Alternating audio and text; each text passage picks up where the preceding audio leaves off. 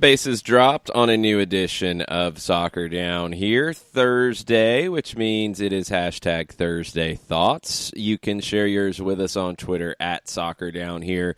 Join the conversation, ask whatever questions, make whatever comments, share whatever thoughts you want to share. There can be some weird ones. There can be some very deep, detailed soccer tactical questions in there. There can be big, esoteric, crazy, wild thoughts, kind of like some of the games last night in Major League Soccer, because they got weird. They got really weird around the league. The LA Galaxy are big mad. Big mad out of the LA Galaxy. They unfollowed Pro on Twitter. They made a big point of it, and they probably have a valid reason for it. New York City, big mad. And I don't think they have as valid of a reason for being big mad. Minnesota just didn't really show up. I don't know if they're mad or not. Houston. Adrian Heath is mad. Adrian Heath stays mad. I think he's mad when they win, but there's nothing to be mad about except at his own squad. And RSL San Jose, it was an interesting one. RSL gets the win. They get some of the U.S. youth internationals back playing on short rest, and it pays off. All right, we'll go through the games last night. Let's start with the first one at Yankee Stadium on the tiny pitch. And it was NYC who opened the scoring early with a great free kick from Alexandru Mitrica. Looks like it's going to be a big night for the Pigeons. Well, not so much. Josie Altidore earns a penalty. He's pulled down by Sebastian Ibeaga. Alejandro Pozuelo converts it. It was a great ball from Michael Bradley, first time to open the field up. Cross comes into Altidore. He gets yanked down. Toronto had a penalty in the 78th minute that I think was the correct call. It went to VAR. It was a handball call against Ben Sweat. He's sliding across, and the TSN announcers were saying that they felt like this would not have been called under the new rules. I disagree because his arm, as he's sliding, it's not his arm on the ground that makes contact. It's his arm that is up in the air, and it even looks like he swats at the ball to knock it away. I think that's a handball no matter what rule book you're looking at. Alejandro Pozuelo, I guess, didn't agree because he didn't really take a great penalty, and Sean Johnson makes the save. Then you get even more craziness at the end, and it was definitely crazy. In stoppage time, Tati Castellanos is trying to chase down a ball. He's kind of hand-fighting with Omar Gonzalez. He gets around Gonzalez, and Mavinga is trying to shield him off as well. Castellanos' whistle blows when Castellanos grabs Mavinga and pulls him. Well, as the whistle is blowing, Mavinga swings his left arm back and makes contact with Castellanos and busts open his nose. Oof. It wasn't that big of a shot. He caught him right. He caught him just right, and there was a lot of color involved. Yeah, I mean, that happens. I think the blood doesn't really give you the sense of how hard of a hit it was. It wasn't a full-blown punch. He swung his arm back. It was honestly similar to what Julian Gressel did to Nani, except he connected with his nose. So Castellanos is bleeding. There's a review of a potential red card on Mavinga, and this is where people were confused. The review that happened was not for a penalty because the whistle blew for a foul on Castellanos. That was the issue here. It had nothing to do with a potential penalty. They're looking for a red card on Mavinga. When the whistle blew for the foul on Castellanos, play done. You can't give a penalty when the ball is dead. And the ball was dead when Castellanos committed the foul. So You can be as angry as you want about one of your players bleeding. There is no way a penalty can be given there. It is impossible. And there's no way VAR can give a penalty there because the play was dead. They could have red-carded Mavinga. I think they were correct in not red-carding Mavinga, especially based off the way things have gone with this type of call here lately, hence the Julian Gressel mention.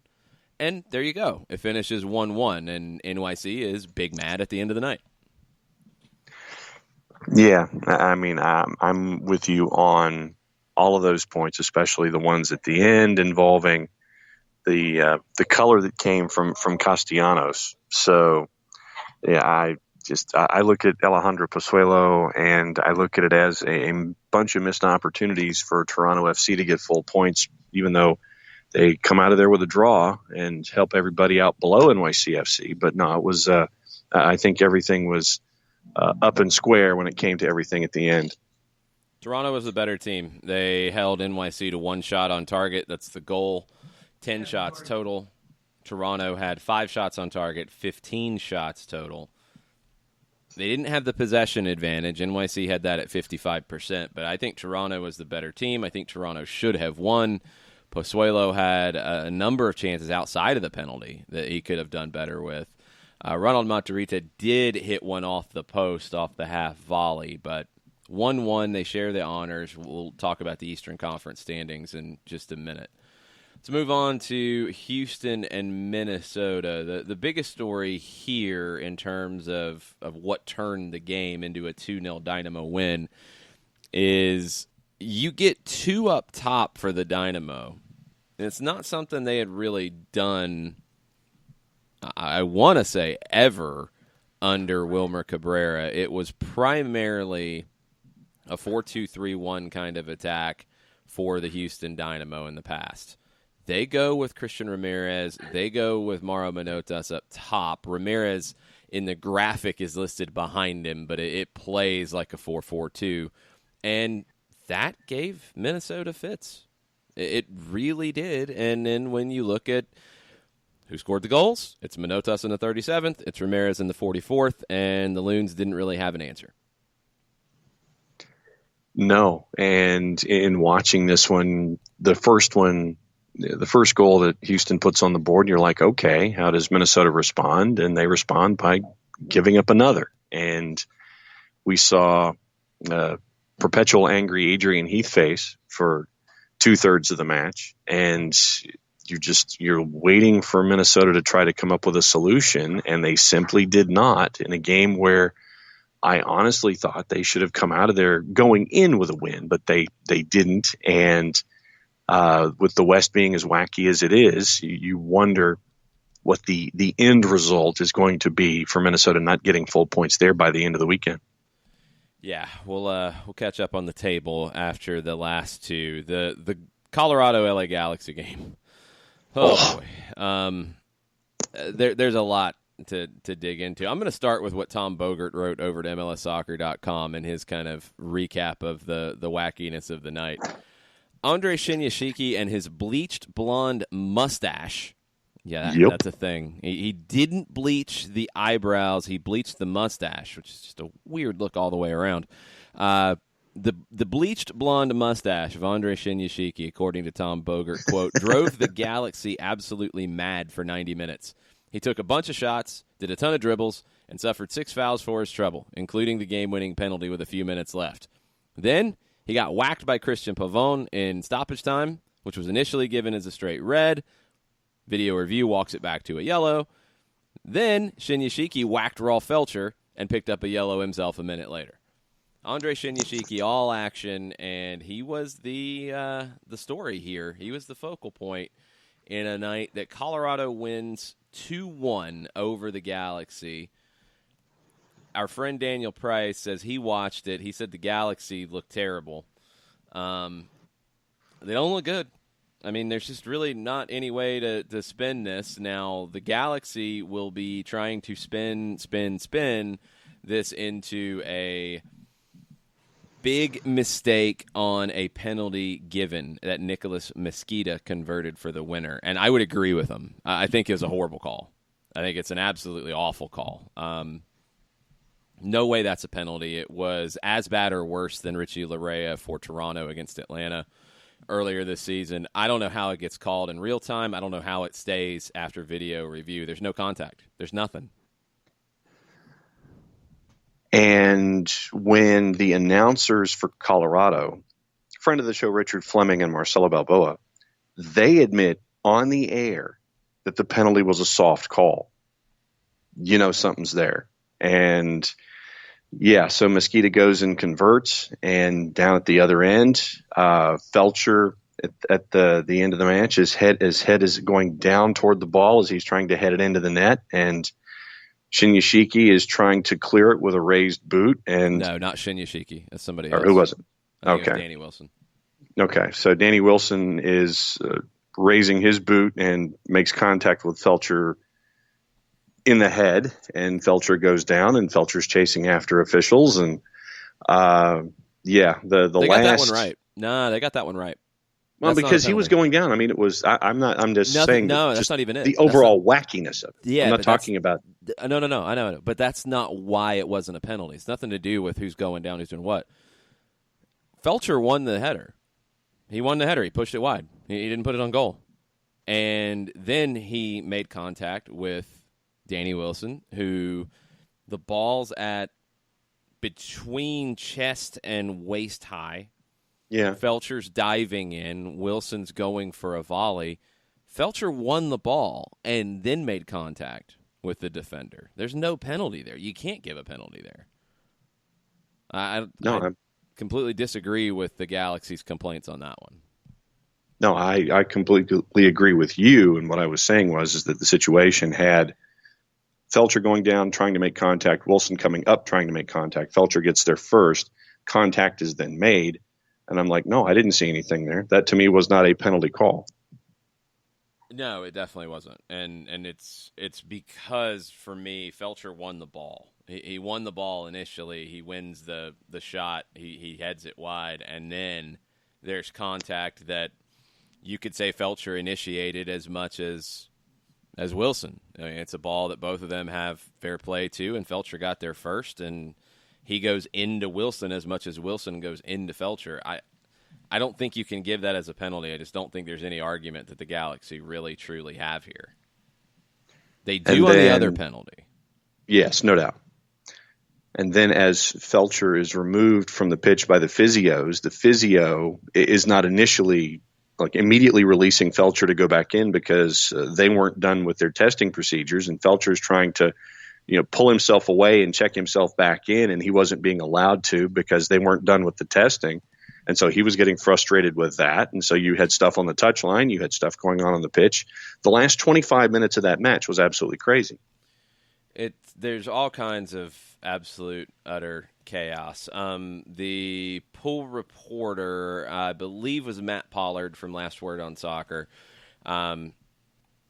He's got the transcript of what was said. So the Pavone red card to yellow card, I think, is correct. I don't really have an issue with that. I think that whole sequence is okay.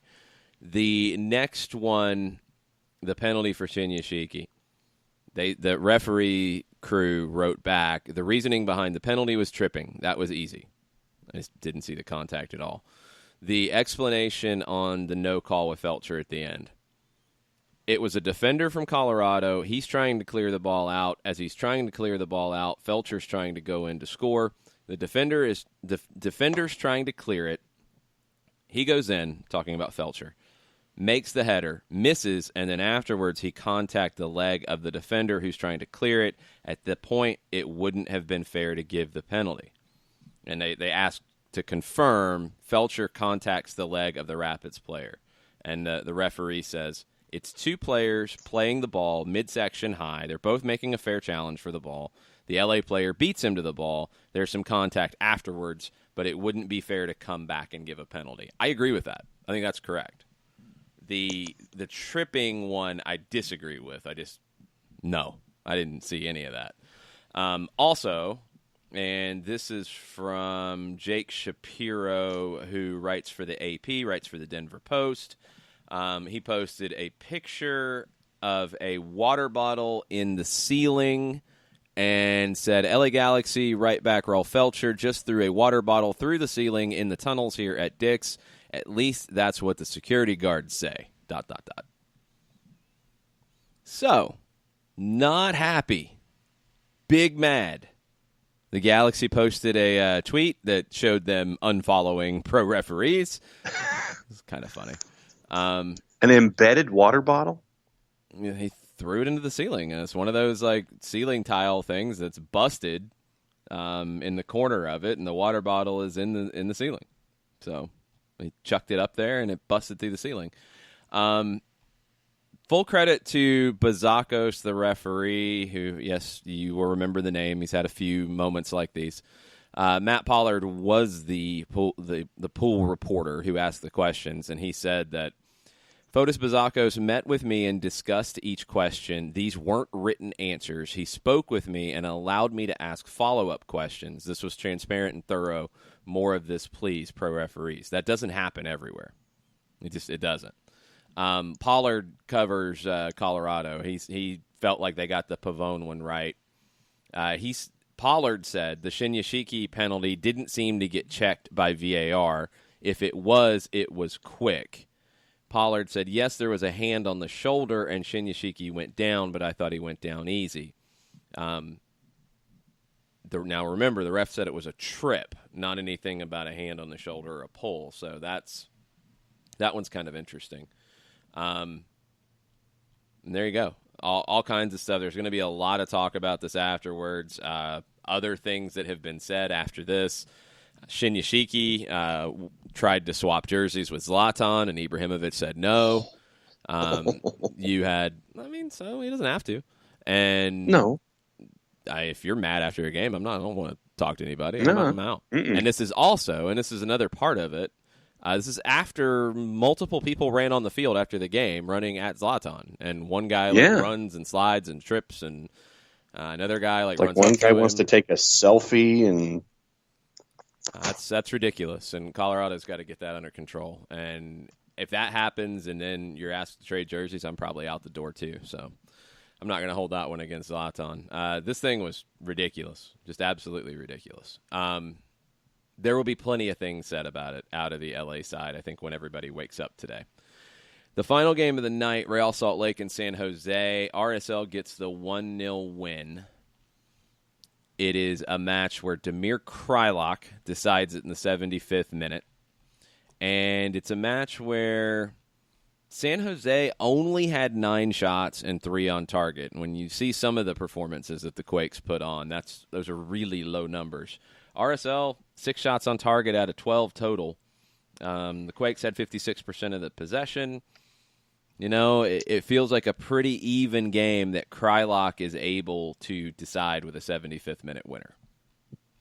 Yeah, and I think going in, that's what you and I were thinking it was going to be. It was going to be fairly even because in going over, if memory serves, and going over the juice box purveyors and their opinions of it and trying to interpret that into some kind of a decision. I mean, we thought it was going to be fairly even, but Rio Tinto being a difficult place to play, that's when you get full points at home. You get an even match, you get something like that, and it changes over. So, big win for RSL here, and now the question is for San Jose. What do you do from here? How do you turn this around as quickly as possible? Because when we get into the table, I mean, it's the wackiness and craziness continues, and literally it's like it's the 3-card Monty effect, where you're just kind of sitting there and you're taking the cards and you're just kind of shifting them on the table, because that's what it's going to be for until the end. But this is where we have to pay attention, and there will be tests afterward to figure out where everybody is, at least this week. RSL got Brooks Lennon, they got Aaron Herrera, and they got Justin Glad back from international duty with U.S. youth national teams, and that was a big help. When I saw that those 3 were in, because I think there were still 4 or 5 others that were out on international duty, looking at it, that's where I would have leaned RSL. I thought it was a toss-up at full strength. I think RSL can win it because of Rusnak's quality dealing with San Jose's pressure and and harassing defense. They didn't have Rusnak, so I was worried. We said Krylock needed to step up. He did. But when they got those 3 U.S. Youth Internationals, that gave them just a little bit more depth. And they had Bofo Salcedo and Jefferson Savarino available off the bench as well. So they got as close to full strength as you possibly could here with the international break. And they get the big 3 points. We're going to take a break. We're going to come back. We'll go through the table, and we'll get into your Thursday thoughts right after this. Looking for future leaders we can trust and believe in? Look no further than the high school student athletes right here in Georgia. High school sports teach young people how to be effective leaders. It begins by making their grades and being on time for practice. It includes learning to listen, following directions, accepting responsibility, being a good role model. And it's about respect for officials, opponents, the rules, and each other. The result? It transcends sports. It gives us hope for the future. High school sports. There's so much more than just a game. This message presented by the Georgia High School Association and the Georgia Athletic Directors Association.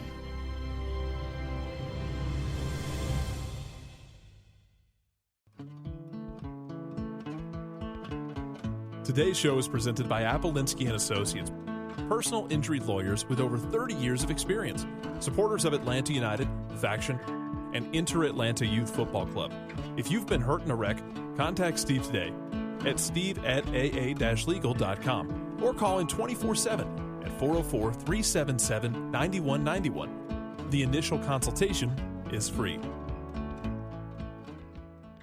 We know that every driver is different, and a one-size policy does not fit all. That's why Country Financial offers a variety of discounts, so you get the coverage you need and the savings you deserve. From good driver to good student, multi-policy to multi-car, we've got a discount to suit every driver. Call Jason Wright at 678-568-6871 today to see what you could save. On Facebook at Jason Wright Agency or by phone at 678-568-6871. Discounts vary by state. Policies issued by Country Mutual Insurance Company, Country Preferred Insurance Company, or Country Casualty Insurance Company, Bloomington, Illinois.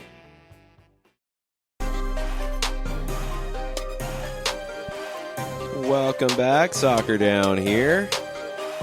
Crazy, wacky, silly night around MLS last night, and let's get caught up on the new conference standings. We'll start out west because there is a champion in the Western Conference, and it's LAFC. Last night's results give them the title for the regular season. That books their spot in the CONCACAF Champions League. It gives them home field throughout the postseason. They don't have home field booked for MLS Cup confirmed if they get there just yet, but it's all but done. That will likely happen here shortly. So, below that, they're on 63 points. Below that, you look at the rest of the Western Conference, and Real Salt Lake on 46 in second place with the wins tiebreaker over the Seattle Sounders, who also are on 46 points, but have one fewer victory. 45 points, Minnesota United is in fourth, which means they would host a first-round playoff match. Right now, they would be hosting the San Jose Earthquakes, who are on 44 points. Portland Timbers have a game in hand on everybody ahead of them. They're on 43, and they would be headed to Seattle for a playoff match right now. And FC Dallas is in the 7th spot. They'd be headed to RSL. They're on 43 points as well. They have one fewer victory than Portland. They've also played one more match. The LA Galaxy, 42 points. They're on the outside looking in. But a win and other results could put them all the way up to 4th place. It's pretty bonkers out west. Sporting Kansas City is still alive in 9th on 37 points. They've played 29 matches. Everybody that we've talked about has played 29 with the exception of Portland. Colorado's played 30. They're on 36 points. Houston's played 29. They're on 34 points. They're not technically eliminated, but it's going to take miracles for anything to change there. In the East, NYC with the point. They are in first on 54 points through 29 matches. Philadelphia, second, 51 points through 29 matches. Atlanta United has a game in hand on both of them. They're on 48 points through 28 matches. Toronto is in the final spot to host a playoff match. They're on 42 points through 30 matches. They have better goal differential than DC United, who's also on 42 points through 30 matches. Both identical 11, 10, and 9 standings. But Toronto plus 3 goal differential, DC United plus 1. Red Bulls 1 point back in 6th, 41 points, 29 matches played. New England in the final spot, 39 points, 29 matches played. Here's where it gets weird. Montreal, Orlando, and Chicago have all played 30 matches. They're behind New England. Montreal's on 37, 2 points back. Orlando 4 points back on 35. Chicago 5 points back on 34. New England, who's ahead of them, has the game in hand. So you're basically looking at Montreal, Orlando, and Chicago as needing to pretty much win out to put pressure on New England and maybe even Red Bulls. The Eastern Conference, I think your top 3 have pulled away a little bit. That's your top 3. What the order is, we don't know. Your 4 through 7, it could be those teams, but the order could absolutely flip-flop every which way. I think it's going to take something special from Montreal, Orlando, or Chicago to push their way into the door. Is there going to be a test on this? No. Considering that's a lot of math and that's a lot of crazy. So I think really that math. The math is easy. The math part's not that complicated because you're not dealing with too many weird games in hands and things like that. It's just you've got some teams now that are running out of time. And in the East, that's accentuated by the fact that the 3 teams that still have a shot that are outside of the playoff picture don't have as many games as the teams ahead of them. Right. So they're going to have to be close to perfect. The West, it's a little more up for grabs with the Galaxy factoring in, but with Sporting right there as well, they're going to have to be close to perfect. Colorado or Houston would have to hope for a miracle to be around. But both winning last night does keep that miracle alive, which is crazy to think about, but it's there. In the West, I don't know who's going to end up in 2nd through 8th. I really don't. There's 4 points separating 2nd through 8th right now. Mm-hmm. Then let me ask you this about the East. Without getting into schedules or anything like that. From gut analysis and what you've seen, those 3 teams that have played one more match that are below it all, what team is best structured for getting a run to get into the playoffs? It'd be different if they were trying to hold a team off. I would like to say Orlando because I think they're the best of those 3, but they don't score enough goals. And they've got to win games now. Draws aren't good enough. Orlando has the best defense of those 3. I don't even think it's much of a conversation. But scoreless draws, tight games, without finding goals, it's not going to help you at this stage. So I think Montreal is probably the one that has the best shot because they can go out and win games. The other 2, I don't trust Chicago at all. And Orlando, I think, can make games difficult. I just don't know if they can go out and get the wins that they need. Montreal can, but Montreal's also the most unpredictable of the group. And it's really hard to predict what Montreal Impact team is going to show up match to match. And since you finished your sentence that way, then I'll ask you that same question about LA Galaxy, not knowing which LA Galaxy team is going to show up match to match. Oh, no, you know which LA Galaxy team is going to show up. The one that's awful defending. Like that, yes. They're going to show up every time. And how big of a hole do they dig? That's the question when it comes to the Galaxy.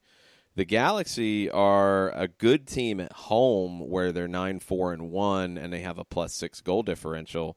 But on the road, the points aren't bad. I mean, 4 wins, 2 draws, 14 points. That's the 5th most points out of anybody in the West on the road. But 29 goals allowed on the road. Wow. That's what hurts you. 18 goals on the road in 15 matches, not bad. It's not the best. I mean, LAFC is obviously doing things that are ridiculous, but when you take them out of the equation, Portland has played a lot of road matches.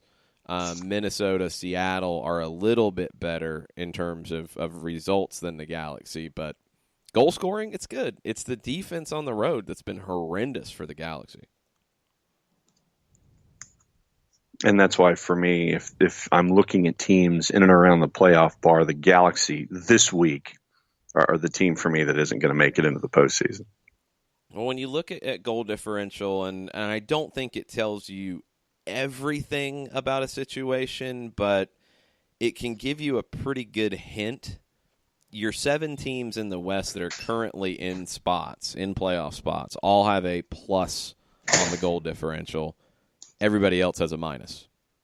And when you're talking about an FC Dallas that is a +9, 1 point ahead of the Galaxy, who are a -5, that's a big swing.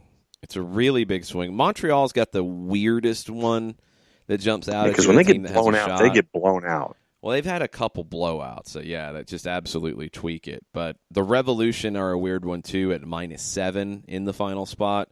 But they were so bad early that it kind of stacked up on them, and they had a couple blowouts too. Orlando at -4 is better than both of them, and Chicago's the crazy one at +1. Only on 34 points. I don't know. When you look at expected goals and what you would expect the Fire to be with what they've produced in matches, they should be in the playoffs. They've been very wasteful. So the East, I think New England will get it. I think just because the hole to climb out of is bigger for Montreal, Orlando, Chicago. Out West, the Galaxy's firepower gives them a puncher's chance. When you can score goals and you have a Zlatan Ibrahimovic, you've got a shot. They're not out of it by any stretch. They're 4 points out of second place, but they're also 1 point out of being in the playoffs. Dallas is the one who I feel like probably has to hold them off. I think Portland will be fine. I think Portland will host a playoff game. San Jose, Minnesota, RSL are the ones that you could put them in any order, and I'd probably believe you. I just don't know out of those 3 who's going to be first out of the 3, who's going to be next, and who's going to be the final one out of the 3. And Seattle, I don't 100% trust them. I could see them falling out of hosting a playoff game. Do you want to face New England in the opening round? It's not that scary. I mean, New England, let's dig into what the Revs have done as of late, because the Revs were on a run let's go right before the international break for the Gold Cup and then through July. June 2nd, win. They drew on June 26th, then 2 straight wins, then another draw, then 3 straight wins. So you're talking about 7 wins in all competitions because they had an Open Cup win. They lost in the Open Cup in Orlando. That was their only loss in any competition between May 18th and July 27th. Now, since then, starting with August, so over the last 6 weeks or so, loss, draw, win, draw, loss. 1 win, 2 losses, 3 draws. Yeah, I'll take the New England Revolution in the playoffs, absolutely. Okay. So then what team that will be toward the bottom do you not want to face in the opening round of the playoffs? I mean, anybody in the West. Well, no, that's different. I mean, in the East, you always look at the Red Bulls because of what they can do with their press. That's just always a tough matchup if you're Atlanta United. Yeah, I'm thinking like road. What road team do you not want to have come into your barn in the opening round? Is I guess what I'm phrasing. Yeah, if you look at teams on the road and quality, DC has been pretty good on the road this season. I don't think they're the same team they were earlier in the year, though. Toronto's a veteran-laden team. I don't think going on the road scares them. Red Bulls are a pretty decent team on the road, too. So those would be the three from that perspective that would be a little concerning. We have Twitters, and Daniel Price has been very busy this morning. Okay. Nathan Pugh says, every time I watch a match at Yankee Stadium, I become restless and irritable. I hope they drop all the points possible. Also, I never want to cheer for Toronto again. Toronto, I think, was pretty good in this match. I think they should have got the 3 points. I thought Bradley was very good. Josie's not 100%, but Josie was good. They're the better team. They should have won. Pozuelo, I thought, was the one who let him down. He had some big chances that did not convert outside of the penalty. So, NYC, Yankee Stadium, we've talked about it so much. It's like I don't want that to hijack the show again, but if they have to be there, and right now they do, they've got to make it better. That's my biggest frustration this season is I feel like the quality of the surface has gotten worse. Yeah. And they should know how to make it better at this stage. I know Busch Stadium was a one-off, and I know chunks did come up on the infield One part. of the 72nd, I remember, yeah. Yeah, but it looked a lot better than we've seen at Yankee Stadium. Yes. And I think it played better than we've seen at Yankee Stadium. So, I mean, if you're going to be there and you're going to have to put people through it, you could at least make it better, not have the quality of the surface get worse over the years that you're there. That's the part I really don't like. So, I don't know. It's not helping NYC as much as some people think it does. I think it actually hurts them for the way they want to play. They want to be a far more expansive team, and you can't play that way there. They are very good there, but Atlanta and Philadelphia, Atlanta has one less home match, has more points than NYC at home. NYC's had 5 draws at home this season.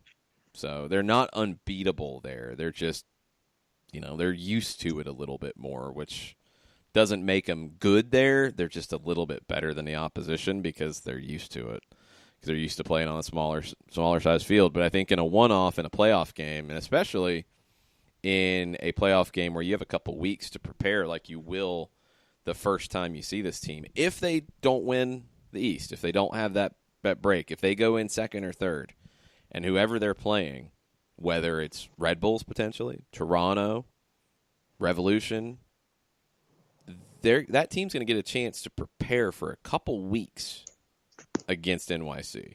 You're going to see a training pitch narrowed down. You're going to see a training 15%. pitch made much smaller, and a team prepare for it. And I think they'll be in a much better spot to give NYC some trouble. Daniel Price. First off, he says, you can't believe it's Thursday already. How long do you think, with the current schedule, can Joseph keep up his consecutive scoring record going? I see him scoring a few times on Saturday against Columbus, but does that keep going on past that? No telling. I mean, I've given up trying to figure that one out. He can absolutely get goals against Columbus. He can absolutely get goals against Cincinnati. San Jose can be a tricky one. San Jose is a different type of opponent, but it's hard to say just because, this team can do things outside of Joseph as well. So does the game fall for him where he's going to get, those goal-scoring opportunities more than anybody else? Yeah, it can, and sometimes it might not. But the next two are games he can score in. The next one, the San Jose game, would be the one that I feel like maybe is the tougher of those three to get another goal in. But this streak is insanity. It's just ridiculous. Yes. Daniel wishes to break the fourth wall again with his next question. Going back to last week's food discussion, does John like food? It's a good question. John does like food. So I guess that's $1 fine in the kangaroo court for a third person reference. Yes, I do. Well, what is your favorite food then? Like if you can go eat whatever you want tonight. You're celebrating whatever you want to celebrate, and you get to pick your favorite meal. What is it? Probably Italian. What I'm kind a big of pasta Italian? guy. What are you having? Like, you need to be specific here. I mean, I can go carbonara. No. You get to pick whatever you want. And you're at an Italian place, and they're going to cook whatever you ask them to cook. What are you ordering? See, but that's asking me which child I like, and I like all of my children. No, it's not. It's just asking you to pick a meal. I mean, let's go with, good Lord. There's like 35 different things I could get in an Italian restaurant. I will just say chicken parmesan. One you like more. I like them all equally. It's Italian food. How can you go wrong? You can go wrong. You can go wrong in any type of food. And there are wide differences between chicken parmesan and bolognese and lasagna. Agreed. They're completely different things. But I'm just as happy going to Waffle House and getting grilled cheese and hash browns. So you don't have something that if it was your final meal that you get to pick whatever it is, you wouldn't know what to pick. Yeah, because I like so many things. No, I think you don't like that many things. I think that's what Daniel's getting at. Well, he did want to know along those same lines what's my least favorite, and usually it's associated anything with a vegetable. Okay. So I'm just as happy going to Waffle House as I am just as much going to a Mexican restaurant or going to an Italian place. You do not enjoy food. That's what it comes down to. I certainly enjoy food, sir. You don't have specific foods that you really, truly enjoy. It's like, meh. I could say that I enjoy going to Las Brasas just as much and getting their version of chicken fried rice. I have a barbecue place that I love. I have a Chinese place that I love that I've gone to for decades. And when I call them up, I have an order that I always order for me and the boss. They pick up the phone. Right? Yeah. That's what I thought. And so literally, it's usually fried rice, steamed dumplings, and the boss gets hers, I get mine, and I have the steamed dumplings to go with it. I enjoy a good Cuban sandwich. There are places near Office HD where I can go and get a good Cuban. I have 2 restaurants where I can do that. I enjoy a good deviled egg occasionally. So I have a lagniappe for a palate. But you don't want to make any commitments about what you like the most. Well, you're asking me right at this time of the day. I really don't eat, so you're asking me about something during a time frame where I really don't eat, so I'm kind of handicapped at that point. You ask me late at night, I'm probably going to say Waffle House. You ask me at lunch, I'm probably going to say something along the lines of a submarine sandwich. You ask me around dinner, could be Italian, could be Mexican. Just depends on what I'm in the mood for. All right, I'm gonna try another. I like a lot of different things. What's your favorite sub sandwich then? I got a couple. I knew it. I knew there'd be like 5. Yeah. If I'm trying to eat healthy, I'll usually get a tuna sandwich. If I'm trying to eat a little less healthy, I'll get like one with a bunch of meat on it. A bunch of meat. There's a lot of different kind of meats that can go on a sub sandwich. Do you ham, turkey, capicola, ham, turkey, capicola, very little. Throw it all on there. Load it up. I'm like a Dagwood, just a Dagwood sandwich. I was the guy in high school and college that would pull 3 pieces of bread out and make a Dagwood sandwich with whatever meats were in the fridge. I'd sit there and say, okay, you go here, you go here, you go here. The thing would be about 5 inches tall, and I would have zero issue eating it. You're probably going to have to explain the Dagwood sandwich reference because I've never heard it called that. Blondie's husband in the old comic strip, Blondie, Dagwood Bumstead. And what he would do when he was hungry and he would have his late night pangings is that in the comic strip, you would see him go to the fridge, make a sandwich that's basically a foot tall, and it would have a bunch of things on it, and it would have the olive on the toothpick on the top to try to keep everything stable. So whatever's in the fridge, make it very, very high, multiple pieces of bread, a lot of everything. It's a Dagwood sandwich. Okay, let me finish with Daniel's last question. And this is still with food. What other countries are you banned from entering? What other countries, what other types of food will you not eat? Oh, well, I mean, I don't know if I'm banned from any other country. I guess, with TSA pre-check, I'd have to find that out. But in this hemisphere so far, I'm fine. Will you eat Thai? I have. It's not something I go out and get. Okay. All right. Your dislike of ceviche got you banned from Ecuador. Pretty along much. with a few other countries, I believe. Not a fan. Not a fan. See, because once again, I'm not a seafood guy, and that puts me behind the 8 ball with something like that. I don't know if I'm going to be allowed back into Costa Rica after Champions League last year. No, you're not. I saw it. I saw it when I was leaving. They heard. So, what other countries do you think I'm banned from? I don't know. I mean, you're okay with Mexican. You like Italian. I don't know. I don't know how well you do at a tapas Spanish restaurant. Trying to think. I've been to one, and I've also been to Iberian Pig. Okay, you'd probably be okay in Spain. Yeah, you'd probably be all right. Yeah, I think Europe. I think Europe would be okay. I think the EU, I'd be okay. Probably some questions. Good Ethiopian restaurants in DeKalb County. Some really good ones. Never been. So you might not be banned, but you might not be welcomed either because you've never been. Indian food for me, East Indian food's entirely too spicy. Nope, okay, there's where you're banned. Yep. Okay.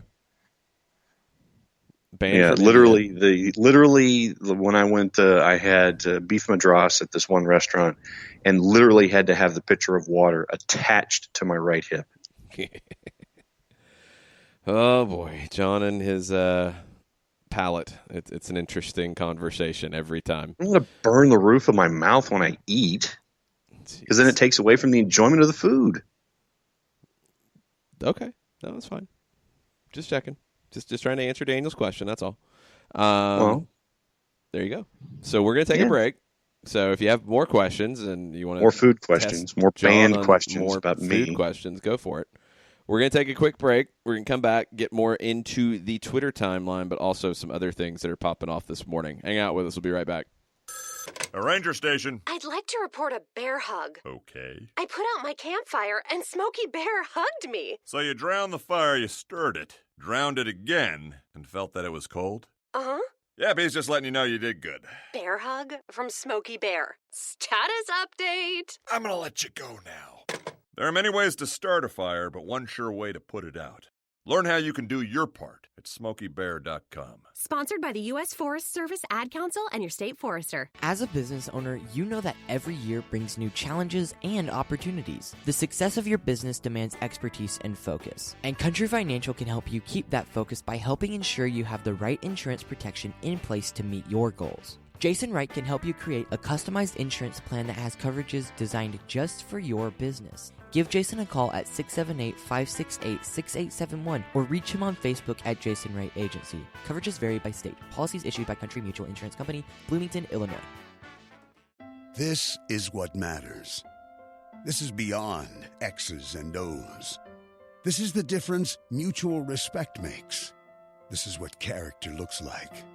This is what defines us in Georgia. This is sportsmanship. School sports. It's not the outcome that matters most, but the way the games are played. This message presented by the Georgia High School Association and the Georgia Athletic Directors Association.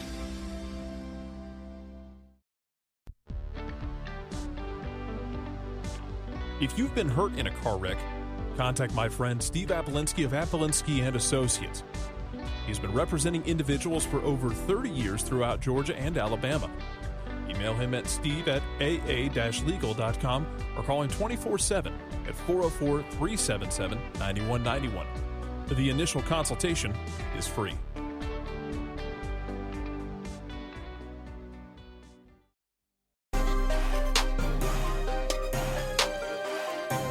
Welcome back. Soccer Down Here, Thursday, September 12th. We'll be getting into Food Down Here. More Thursday thoughts. John's trying to turn it into Food Down Here along with Daniel Price, but not answering any questions about what his favorite food would actually be. Just stuff. I like stuff. That's basically stuff. what he said. I like Except stuff. if it's too spicy, then I don't like stuff. True. That is accurate, because then it takes away from the enjoyment of the food. And apparently, ATO UTD fan number 1 is now officially hungry now that we have changed over to the Food Down Here show. Yeah, it became Food Down Here for a minute. Now I got to think about what lunch will be. We'll have to figure that out afterwards. Michael Ruiz chimes in and says, saw Pitti, LGP, and Remedi at the J Balvin concert last night. Instagram showed Tito was there too. The players should be ready and relaxed for the game Saturday. I've seen reports from training, and they look good. That's what Felipe Cardenas said. So everything's okay. They went to a show. It's all good. Yeah. I think everybody I've was never. at that show. I know this will surprise you, but what kind of music is J Balvin? It's I believe it would fall under reggaeton. Okay. Old school reggaeton or just reggaeton? Do you know the difference? Apparently there is a difference. I'm just trying to figure out if it's for older folks like me or if it's for the younger kids. Well, for older folks like you, just say reggaeton. Okay. You don't need to try to differentiate. Well, there was the one commercial that differentiated that I saw on TV. I think that was more of a joke than anything. Okay. Because that guy is an idiot, and those commercials are horrible. And I keep waiting for that guy to get hit by a bus in one of the commercials. I like those commercials in Spanish because they make fun of that guy. And yes. Those are great. Yes, I agree. Yes. Don't believe anything that guy says in those commercials. It's Verizon, right? I think so, yeah. Yeah. No. That's like saying that I'm going to follow what Larry the Cable Guy says. No. Get her done. You would have done that, yes. That's true. Of course. Daniel Price believes in the transitive property out west. Which would apply to? Minnesota beat LAFC 2-0. Houston beat Minnesota 2-0. Houston better than LAFC, confirmed. No, Question mark. No. Maybe Daniel Price was at the concert as well last night and had some of the I believe the Guaro is the liquor that they're shooting in Colombia these days. I think that's the thing that you see at the Parceros tailgates. The Guaro comes out and things get out of hand. Daniel Price might have gotten into the Guaro last night. Uh-oh. Daniel, did you get into the Guaro before you... Maybe he was celebrating Prize Picks. I don't know. Maybe. If he's going to go there on Houston, yes, definitely. Matt Wagner with a question. Go ahead. How is it that LAFC have already announced that they've clinched a CONCACAF berth for 2020 as being the Western Conference champs? They haven't won the West yet, and they still haven't won Supporters Shield yet. They have won the West in the regular season, which is all they had to do. So that's why. So that there you go. It's that simple. They've won the West in the regular season. So let's go into the 2020 CONCACAF Champions League and how it works. So for Major League Soccer, American teams, remember the Canadian teams don't apply in this. They qualify through their own Canadian championship. MLS Cup champions get in. Supporters Shield champions get in. MLS regular season champions of either the East or the West, which are not the Supporters Shield champions. So basically, your two conference regular season winners go. MLS Cup winner goes. Open Cup winner goes. If your Supporters Shield winner or your conference regular season champion from the other side wins MLS Cup, or your Open Cup winner wins MLS Cup and doesn't win one of the others, then you're going down the table of best regular season record as to who's next. So that's how LAFC has already clinched. They have won the regular season of the Western Conference. Atlanta United has won the Open Cup. The Eastern Conference winner is still up for grabs, and the MLS Cup winner is still up for grabs. So what we have in the CONCACAF Champions League as of right now. Portmore United of Jamaica is your 2019 CONCACAF Caribbean Club Championship winner. They're in. This is the first time they've been in CONCACAF Champions League. Atlanta United, LAFC.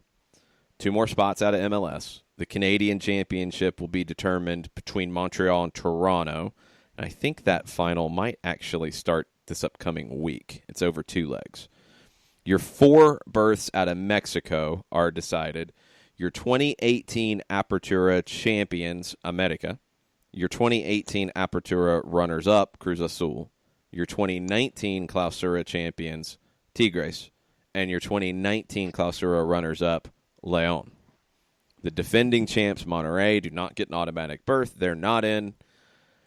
The other teams that are yet to be decided are your 2019 CONCACAF League champion, your 2019 CONCACAF League runners-up, your 2 CONCACAF League losing semifinalists, and your best 2 ranked losing quarterfinalists.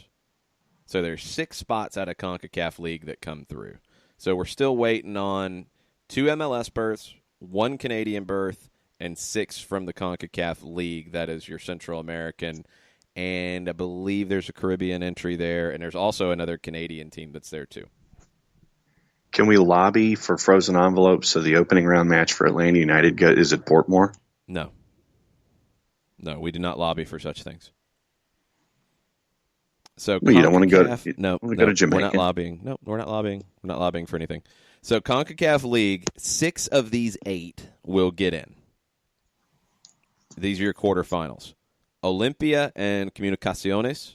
So Olimpia of Honduras, Comunicaciones of Guatemala. Saprissa from Costa Rica faces Independiente from Panama. Oof. Vikingos. Alianza from El Salvador faces San Carlos from Costa Rica. That's a smaller Costa Rican team that has been on a good run as of late. Waterhouse of Kingston, Jamaica, faces Motagua from Honduras. Those are your quarterfinals in the CONCACAF League, and those get started September 24th, 25th, and 26th. That's the first leg. Second legs will be October 1, 2, and 3. So remember, 6 of those 8 get through. So the winners of those series go through. They're in CONCACAF Champions League. And then the 2 highest-ranked losers would go through. I don't know if that's in any way determined as of yet. No, not exactly. So stay tuned on that. I think Waterhouse and San Carlos are the ones who have to win to get in. Yeah. If they don't win their quarterfinal series, they're the lower-ranked teams, it appears. And so in that grouping, you see a bunch of familiar faces for those who followed Champions League last year with Olimpia, Motagua, and Saprissa. There are some tough sides that are in that grouping and some really challenging matchups for teams in the first round. Yeah, some tricky ones, and we'll get into that as it starts to get decided over the next few weeks. We're going to take a break, come back and reset for hour number 2 right after this. Looking for future leaders we can trust and believe in? Look no further than the high school student athletes right here in Georgia. High school sports teach young people how to be effective leaders. It begins by making their grades and being on time for practice. It includes learning to listen, following directions, accepting responsibility, being a good role model. And it's about respect for officials, opponents, the rules, and each other. The result? It transcends sports. It gives us hope for the future. High school sports. There's so much more than just a game. This message presented by the Georgia High School Association and the Georgia Athletic Directors Association.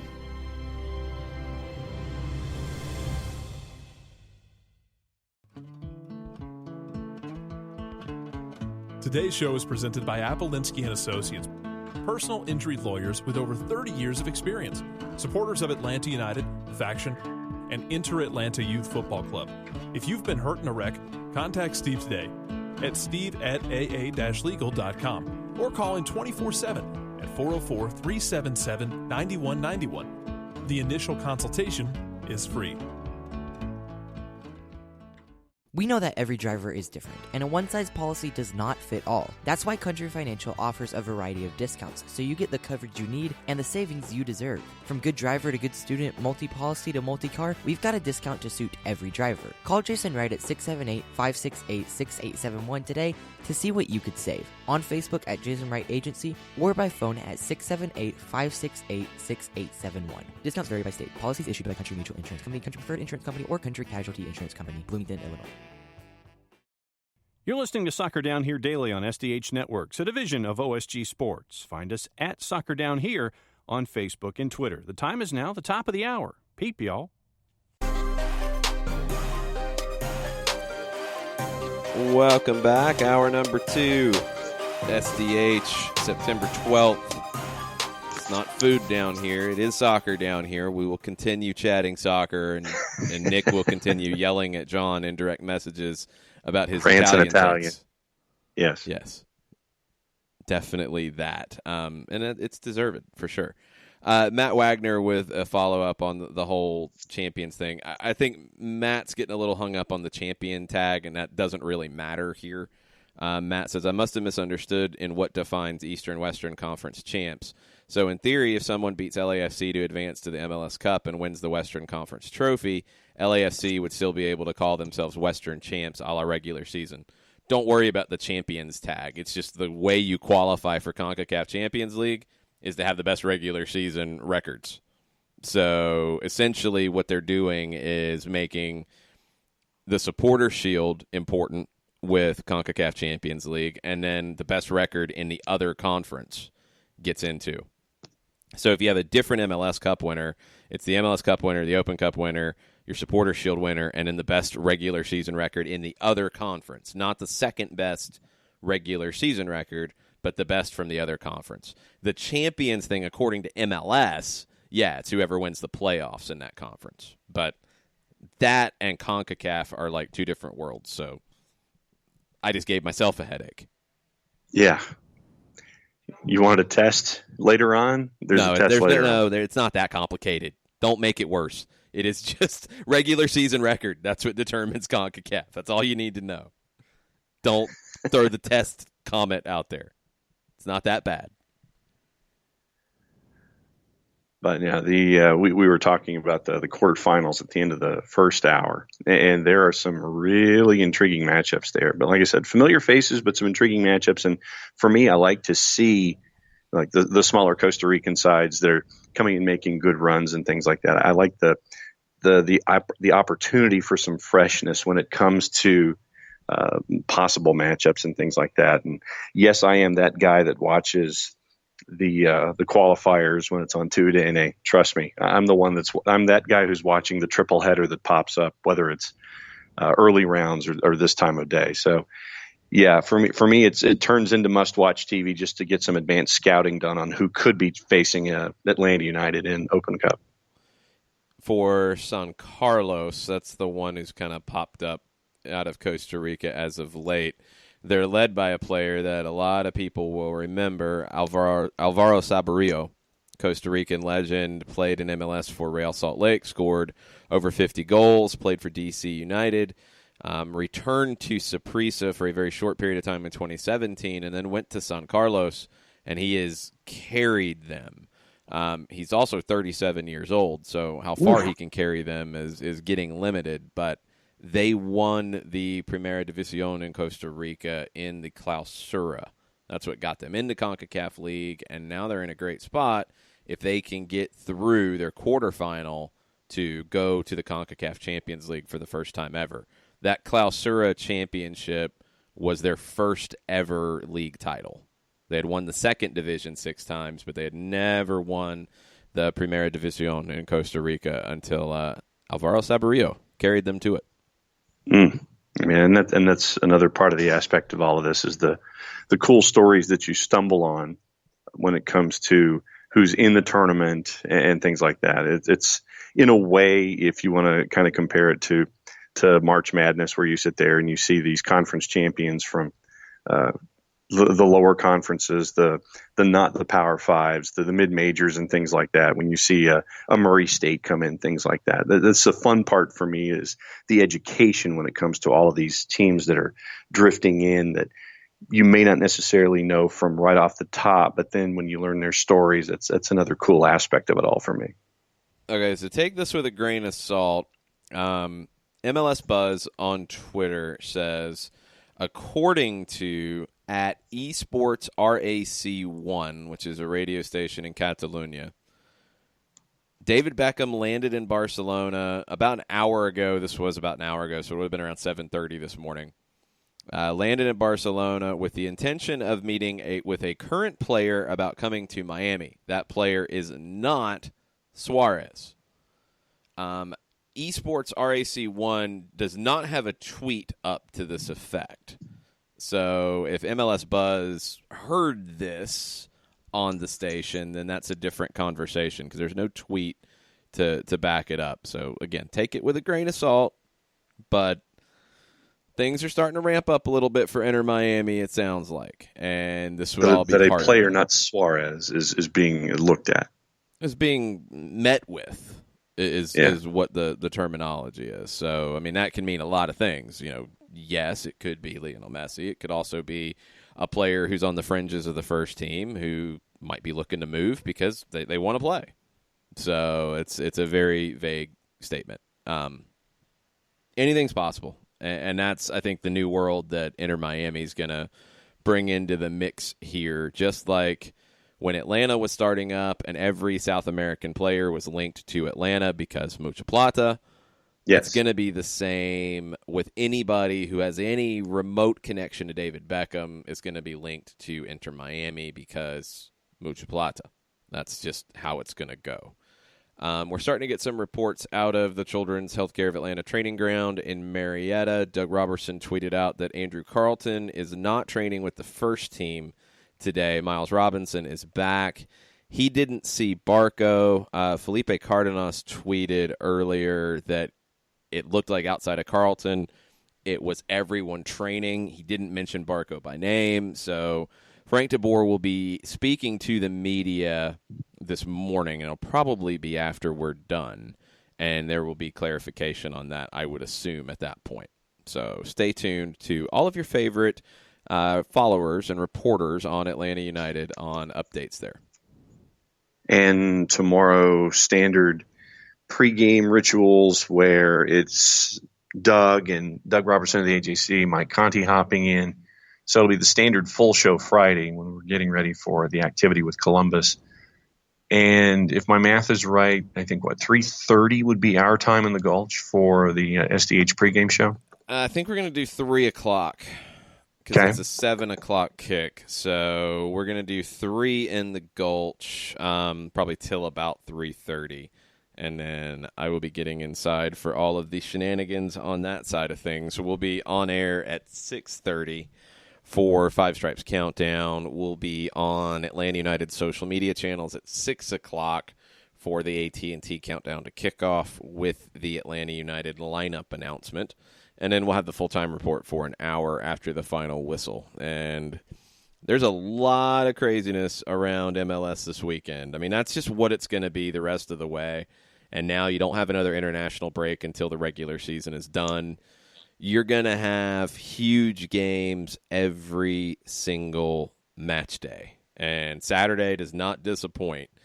Early, you get NYC and San Jose before you head down to the Gulch. I will probably watch that in its entirety and then start heading down to the Gulch. You've got Chicago and Dallas preceding Atlanta and Columbus. That's another one that Chicago's playing for their playoff lives. Dallas also playing for their playoff lives because the Galaxy are breathing down their neck. Other games in the evening in that early window, Montreal has to beat Cincinnati at Stade Saputo, just no questions. Orlando and New England, that's a huge 6-pointer when you're talking about number 7 in the East and Orlando, who's number 9. And then the big one is Philadelphia and LAFC. Then your late game, Vancouver and Houston, you can go to bed early. All right.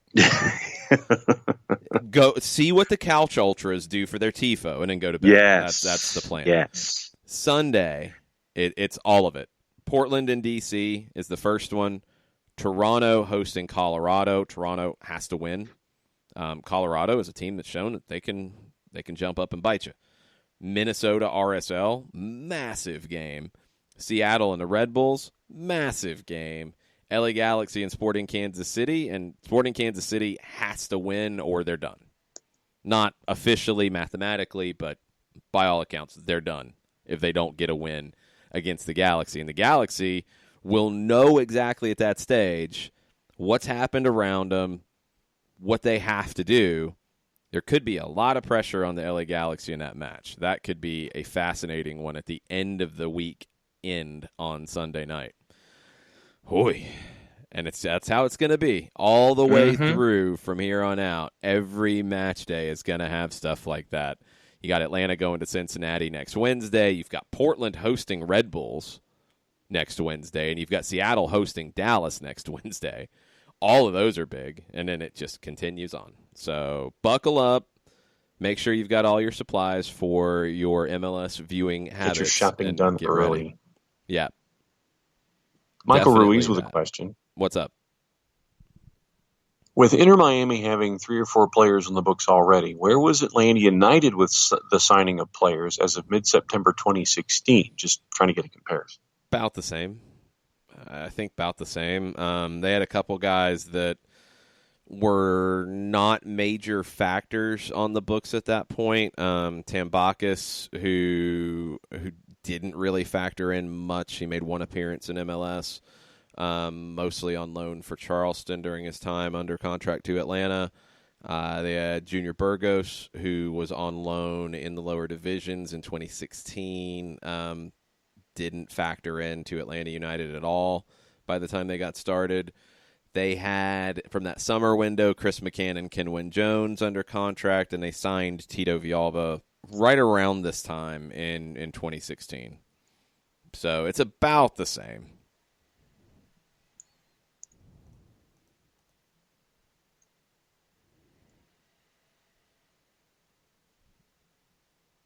And John faded away again. I don't know why. I don't know. John's connection. Skype doesn't really like my food choices either? Yes, Skype has banned you as well. That has happened now. So I'm banned on Skype. Thank you, Skype.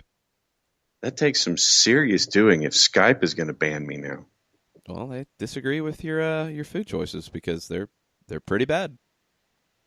What, the fact that I like a lot of them and no, you have no strong opinions. You have no. I can't do situational food selection. You have no strong opinions. What is your favorite meal? I don't know. And you went through like 20 different things. What, I can't say if I have to be in the mood for something? I got nothing. Doug Roberts just tweeted that Andrew Carlton has been out with a cold. So there you go. Okay, so then let me ask you, sir. All right, so fine. Oh, you're going to turn it What's around your on me? favorite meal and where do you go? Well, I don't have to go somewhere, but my favorite type of food, I would go Mexican, no questions asked. And I would probably go towards, my choice would be, no, settle down, Sparky, all right? Now, you couldn't even get down to this stage. I would have 2 choices. I would have either tacos, and if I'm going tacos, I'm generally going to go al pastor. Or I would go, if I'm feeling like I want a little bit more than that, I'm going to go carne asada with the rice and beans, and I like the charro beans. Just a little more to it. I'm not a huge black bean fan. I don't really like the refried beans as much. The charro beans are very good. So I'm going to go with that. And if I can get some horchata to go with it, I'm a very happy camper, and that would be my choice. Or you can get a michelada, because I've seen you do that before. Micheladas are very good. Yeah, I'd get one of those too sometimes. But if I'm not having a beer, then I'm going to go with an horchata. And I'll probably have an horchata more with the tacos, especially if it's lunch. Okay, explain the michelada, because it took me a while to understand what it actually is. But what is a michelada? Michelada, I mean, the gringo way to explain it is think like a bloody beer. So it's tomato. It's a tomato based beer beverage. It's becoming a little more mainstream because now you're seeing like pre-made Bud Light micheladas, and they're so-so. That's dangerous, though. No, that's not dangerous. They're in so-so. the sense that you're messing up the whole idea of creating it from scratch. You're trying to pre-process something, There's and it all loses kinds of pre-processed things that lose things. It's easy. I mean, if you get a michelada like that, you don't have tomato, you don't have the spices. I like it when you go to a Mexican restaurant and they make the kind of their own version of it, and that's similar to a Bloody Mary, where different bartenders have their own ways of doing it. Clamato is better than just tomato juice. You get the lime. Some will go with the Worcestershire sauce in it. The spice combination on the rim of the glass. It's iced. It's good. It's really, really good. When it's got a little bit of kick to it is when I like it. Not too much. I don't want it to overpower it, but a little bit of kick to it, it's perfect. Yeah, because when I saw you do that for the first time, I'm like, oh, I've never seen you do a michelada before. You didn't know what a michelada was? No, I didn't. I'd heard of it, never seen it. Yes. I watch my commercials. Budweiser debuted their Chelada in 2008. That was the first prepackaged Michelada available in the United States. Seriously? 11 years ago? Yep. Yeah, they were the first one by far. I did not know that Miller Coors just recently in this year did one with Sol, which is one of their Mexican beers under the Miller Coors label. They did a Sol Chelada. I've not seen that one. Different ones do it differently. I mean, I'm reading now, and I did not know this. There's a difference between just a Chelada and a Michelada with what's in there and how it goes. The difference, the Michelada has the spices and it says and juice or puree. And I don't know why that's different than the Chelada, which is beer, salt, lime, but it has tomatoes. I'm a little confused as the difference. But a Michelada is very, very good. If you haven't had one, give it a try. But do it at a Mexican restaurant that's got a good bartender. And that's the thing is that buying it out of a liquor store just kind of loses the whole. It's okay. It's okay. I mean, it's not awful, but it's not great.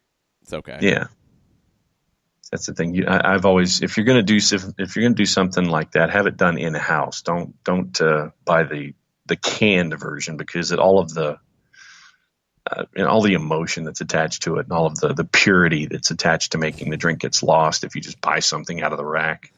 You got really weird with that. It's okay. It's all right. It's better when it's made by hand. That's what I'm saying. So what else is on your mind? All right. There are little bits of news we'll finish with in this segment. The USA-Uruguay game. TV rating on FS1 or TV viewership was 245,000 viewers. On Univision, simulcast on 2DN, 1.2 million viewers for USA-Uruguay. You wonder why we talk about the Spanish language stuff as much and keep bringing those up and keep talking about Liga MX and its ratings and how big of a deal. And you wonder why there's a Leagues Cup and a Campeones Cup, and MLS and Liga MX are both looking at one another playing Let's Make a Deal because we both want to make money. That's why. That's it right there. So 1.2 million on Univision, 245,000 on FS1. Boom. USL made an announcement. Jake Edwards said this about the decision to allow clubs to sign jersey sponsorships with sports betting companies. Jake Edwards said, "We want to be early movers in this space, and it's very important that our clubs have the flexibility to benefit economically from this category. We feel like it's a dynamic that most soccer fans, whether domestic or international, are already accustomed to, so we want to be as progressive as possible." USL allowing sports betting companies on jerseys puts them in line, obviously, with other international leagues because we see it all the time. MLS opened that up in July as well. So now USL and MLS will be trying to get sports betting companies on board. And I think there's a few different clarifications in how the sports betting companies can use the MLS or USL marks in their marketing. I think it has to be localized. But outside of that, you're going to see it happen. And we talked about it on a 92.9 yesterday on the midday show with Andy and Randy. I don't think it's a bad thing at all. No. I think it's honestly a good thing because when you talk about why the NFL has become the behemoth that it is in sports, for me, there's two things.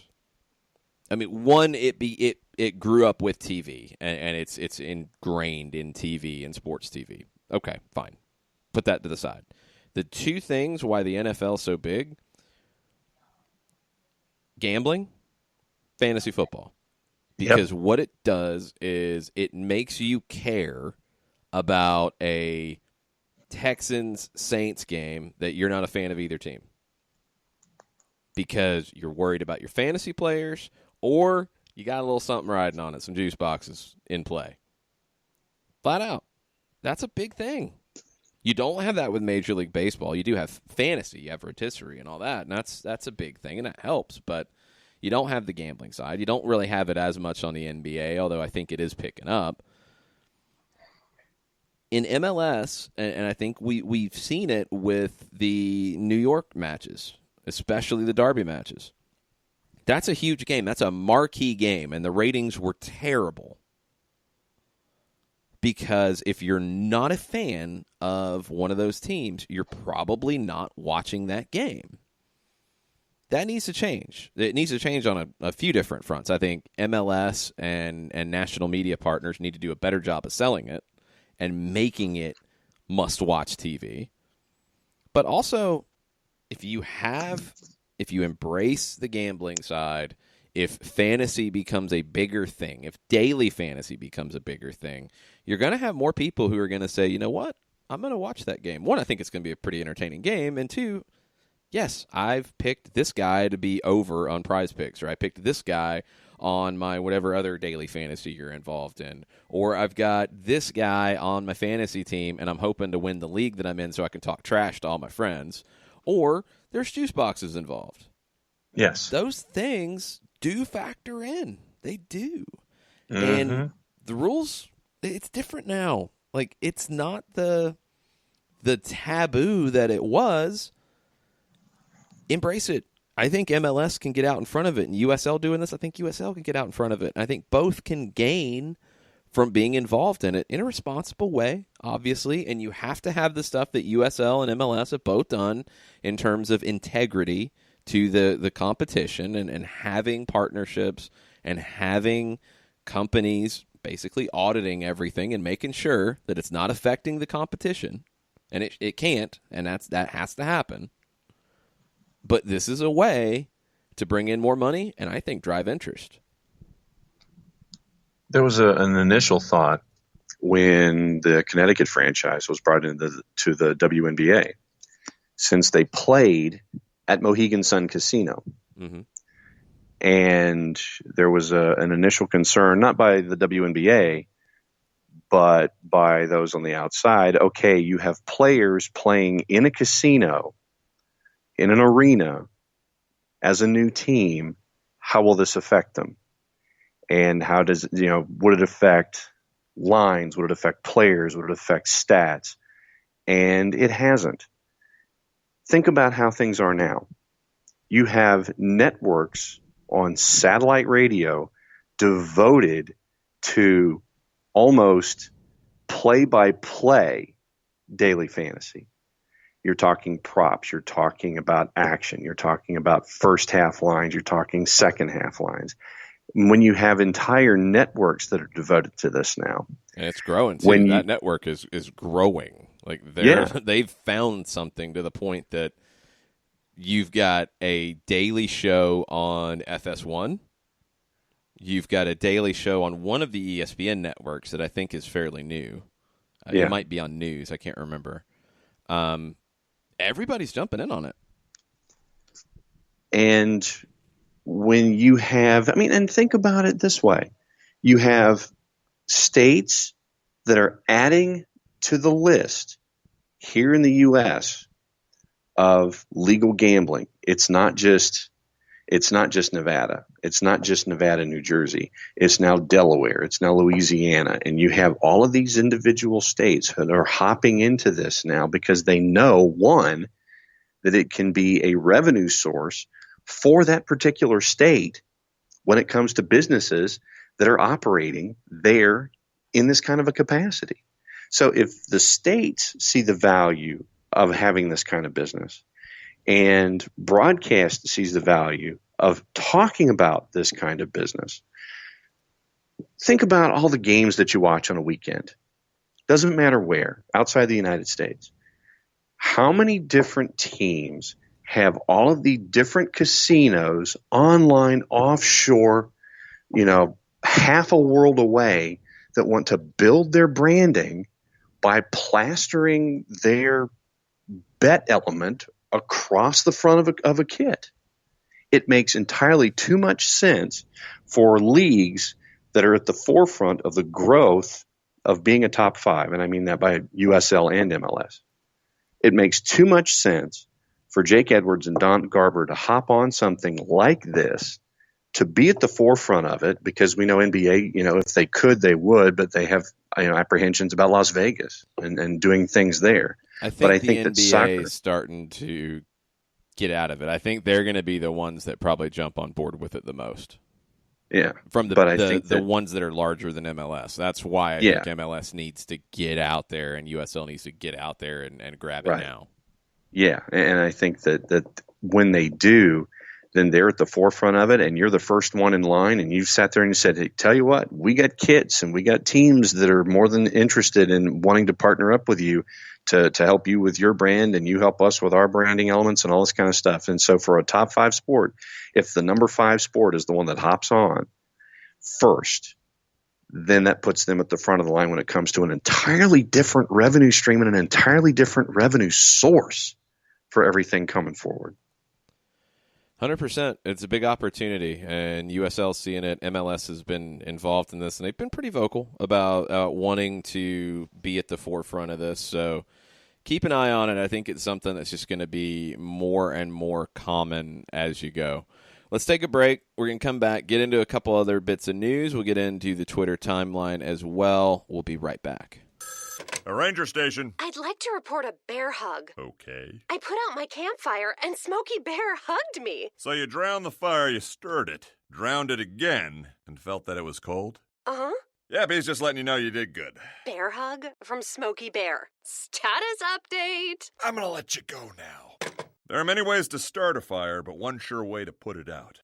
Learn how you can do your part at SmokeyBear.com. Sponsored by the U.S. Forest Service Ad Council and your state forester. As a business owner, you know that every year brings new challenges and opportunities. The success of your business demands expertise and focus. And Country Financial can help you keep that focus by helping ensure you have the right insurance protection in place to meet your goals. Jason Wright can help you create a customized insurance plan that has coverages designed just for your business. Give Jason a call at 678-568-6871 or reach him on Facebook at Jason Wright Agency. Coverages vary by state. Policies issued by Country Mutual Insurance Company, Bloomington, Illinois.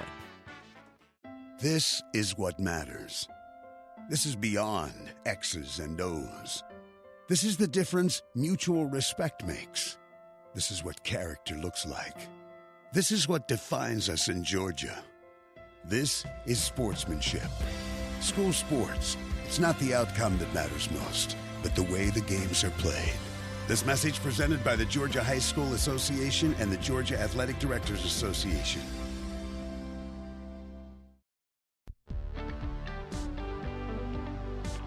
If you've been hurt in a car wreck, contact my friend Steve Apolinsky of Apolinsky and Associates.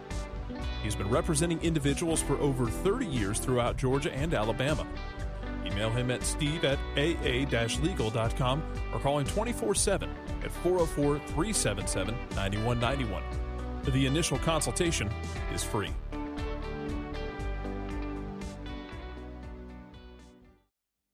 Looking for future leaders we can trust and believe in? Welcome back. Soccer Down here. September 12th. Let's get into a couple other leagues as MLS is grabbing a lot of people's attention. Don't forget about the NWSL, and there was a gigantic result last night. North Carolina Courage, they were one of the teams that was maybe the most affected by the World Cup and the players being away. They have not been as dominant as they were last year. Well, they announced their presence with authority last night in Portland. 3 goals in the first 24 minutes, and they end up beating the Thorns 6-0 at Providence Park. 22 shots to Portland's 9. Portland had 1 shot on target. Portland was in first place. They were the Portland leader ain't bad. coming into this. North Carolina was in third on 34 points. Well, now the Courage are sitting on top of the table in the NWSL, and they have 2 games in hand on Portland and the Chicago Red Stars right behind them. It looks like it's going to be another shield for the Courage, but Portland 1 point back, Chicago 2 points back. Final playoff spot, Utah is on 31 points, 19 matches played. Reign FC, 30 points, 19 matches played. Washington Spirit, 18 matches played, 25 points. I think beyond that, it's a little too much to ask for Houston, Sky Blue, and Orlando. But it feels like a battle down to the end between Utah, Reign FC, and maybe the Washington Spirit, although the Spirit have lost 3 in a row, and that's an issue. Huge win for the Courage. Lynn Williams with a hat trick. Crystal Dunn with a goal. Kristen Hamilton, new with the U.S. women's national team. She got the finale. Debinha opened the scoring and also added 3 assists on the night. Just an absolute demolition job by the Courage as they are trying to defend both their NWSL Shield and their NWSL Championship. And that's a good way to kickstart the business end of the season in the NWSL. In the USL Championship, there's been a story, we've talked about it seemingly on every broadcast we've had for the last few months in our USL News and Notes segment. Phoenix Rising has won now, after last night's win in Las Vegas, 19 straight wins. Not 19 unbeaten with some draws mixed in. 19 straight wins. That's insanity. All the records for Phoenix they are Rising. 21-2-5 on the season. 19 straight wins. And let's go back to how it started for Phoenix. Draw, draw, draw, draw. That was their first 4 games. They got a win in El Paso. They lost to Austin on the road. Win, draw. Lost to Orange County SC on May 4th. That's a long time ago. A long, May long 4th. time ago. May 4th, their second loss of the season at Orange County. Since then, 19 straight wins. And insanity. there are like 6 or 7 different records that can fall with Phoenix. I think it's points in a season, wins in a season, obviously consecutive wins, goal difference. I mean, everything attached to offense and goals per game average. I mean, there are like at least, I think, 6 different categories of record that fall with this season as it continues for Phoenix. Amazing stuff that they're doing out there. They are currently, when you look at the Western Conference, 28 matches played. They have 68 points. They have a plus 48 goal differential, 73 goals scored on the season. Second place, Fresno, has 2 games in hand. They're 18 points back. It's not happening. Reno, Sacramento, Austin, Orange County, Galaxy 2, Real Monarchs, New Mexico, and OKC Energy are in the top 10 who are going to the postseason. In the East, Red Bulls 2 and Indy are at the top with 53 points. Indy's got a game in hand. Tampa Bay, Nashville, Pittsburgh, North Carolina FC, Louisville City, Ottawa, Birmingham, and St. Louis right now, although Charleston is even with St. Louis on points. St. Louis has a 0 goal differential. Charleston has a -3. Bethlehem Steel, they're 8 points back. They might be running out of time. USL Championship's been fun this season. Lots of storylines, but Phoenix, that's insanity. Last night, Swope Park in Charleston went to a goalless draw as one of the makeup games that Charleston has. So Charleston's had a very busy week. Had the weekend, have a midweek, and now they're back at it on the weekend. And we'll catch up with Poppy Miller and the Battery and figure out where things stand as they're right there with St. Louis trying to chase after that last spot. All right, what else we got on the Twitters? The Colonel. Morning, Colonel. What up, Colonel? If we must discuss food versus football, I, unlike John, am an omnivore, no favorite, still sampling. Favorite restaurant is the one I've never been to now. How about them Stripes? Okay. So the Colonel's an omnivore. Yeah, you are a carnivore. You don't like vegetables. And Tafka has come in this morning with a couple of thoughts. Okay. The MLS fantasy system needs revamping. Yes. I've tried to get into it in its current format, but I just can't enjoy it. I'd like to see a little bit more permanence in teams for non-gambling gameplay. I don't like the payroll-based fantasy format. I don't enjoy it. I will blame NFL fantasy for it. I like a draft. I like a head-to-head. I don't like the typical soccer fantasy format because I don't like where you can have a league with 100 people in it and a bunch of the same players on every team. So I don't know. I don't like that as much. I like a draft league. I wish MLS would do a draft league. I wish they would add that as part of their own internal fantasy league. And if they don't, I wish somebody like Fantrax would do it to where you could do an MLS draft fantasy league. I hate that that's not an easy thing to do. We found one a couple years ago. I think it was an English company that was giving it a shot, and I don't think they got a lot of interest out of it, so it kind of disappeared. I'd love to see draft MLS fantasy where you have a league of 12 and you draft out just like you would for your fantasy football league. I think it's a more compelling, more interesting format, and it keeps you engaged more, in my opinion. Tafka is suggesting maybe allow a full 23-man roster for each fantasy team, no changes to the roster until the summer transfer window, at which point you can drop 5 for 5 new players. See, I think that would actually go the other way, is you'd be less engaged because you just pick your team and then it just sits there. You're just locked in. Yeah, I think you're going to be even less engaged that way. For me, it's just like you're trying to figure out, okay, I need to pick up points, but, we're all going to have Carlos Vela. We're all going to have this guy. We're all going to have this guy. All right, where can I find a difference to pick up points? Just do head-to-head. I'd rather have a smaller league. Have the head-to-head format, but have a draft where it's not just a payroll that you got to hit. I like the draft format so much better.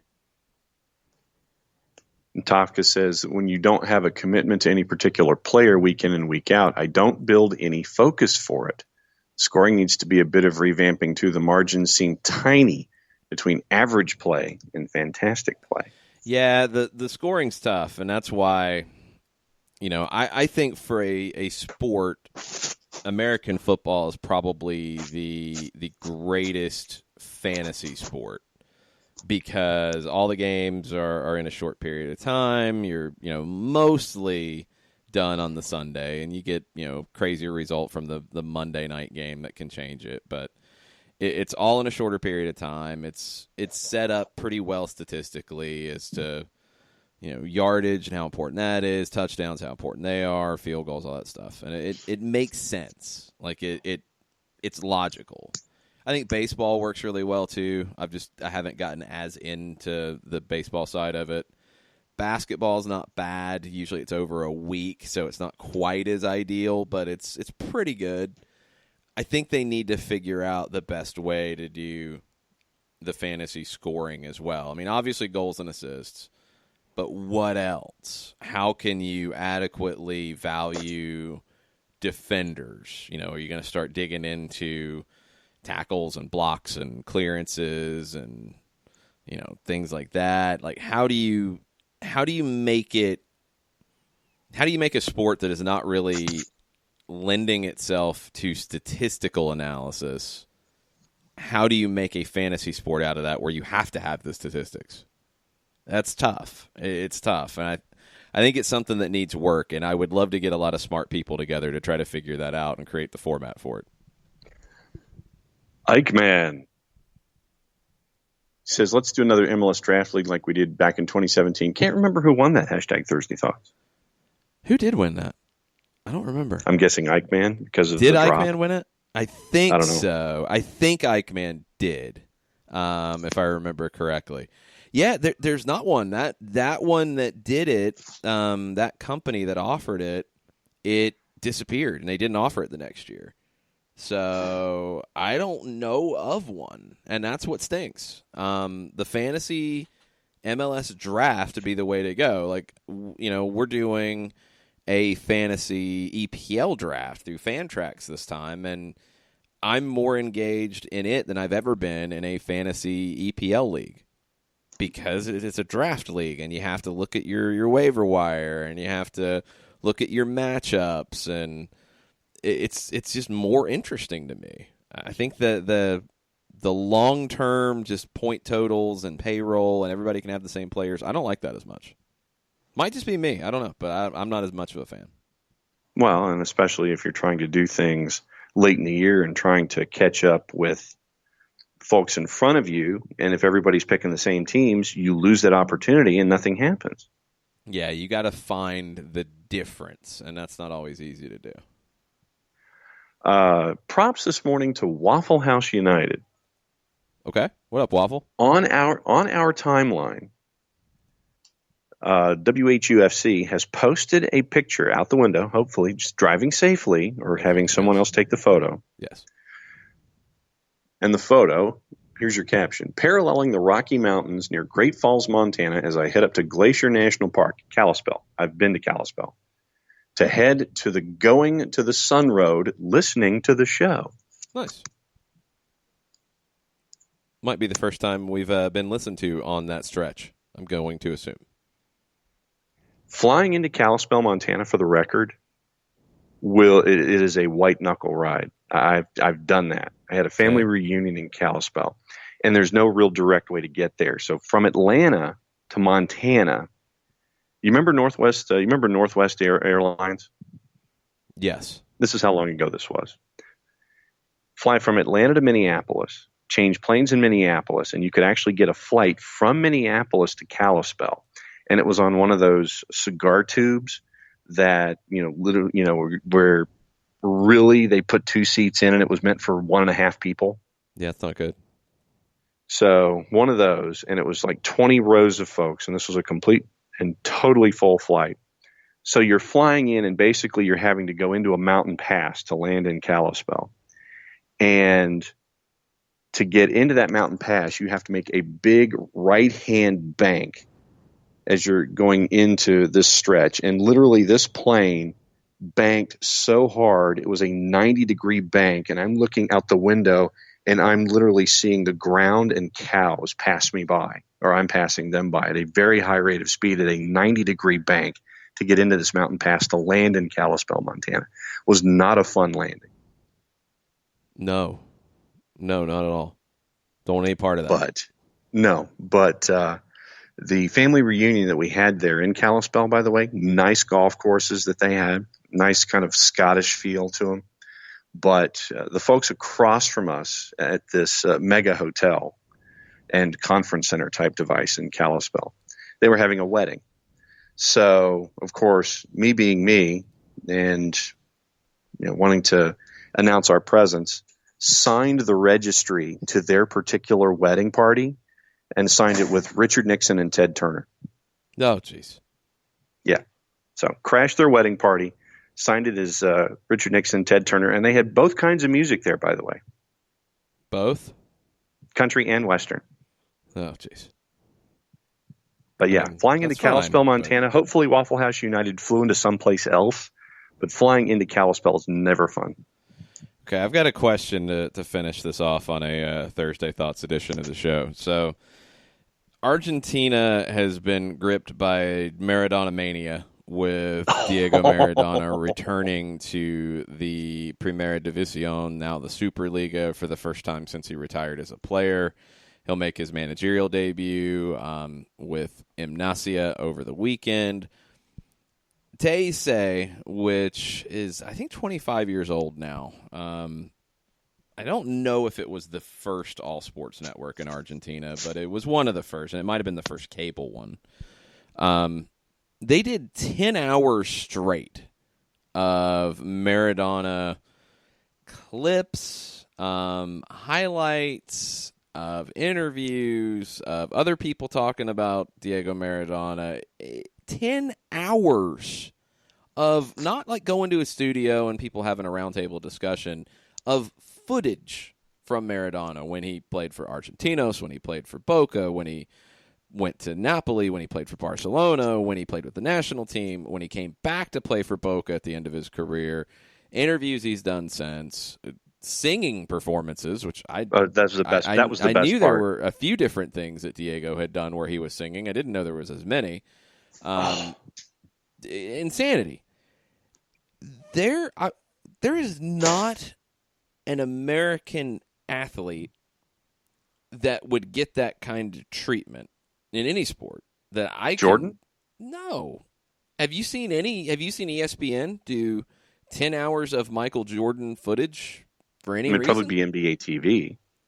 That's a little different, but even they haven't done it. They haven't done it. Nobody did it for, Hank Aaron or Willie Mays or... They need to. Nobody's done it for any of the NFL. But there's nobody that big. There's nobody that compares to what Maradona is in Argentina. It's nuts.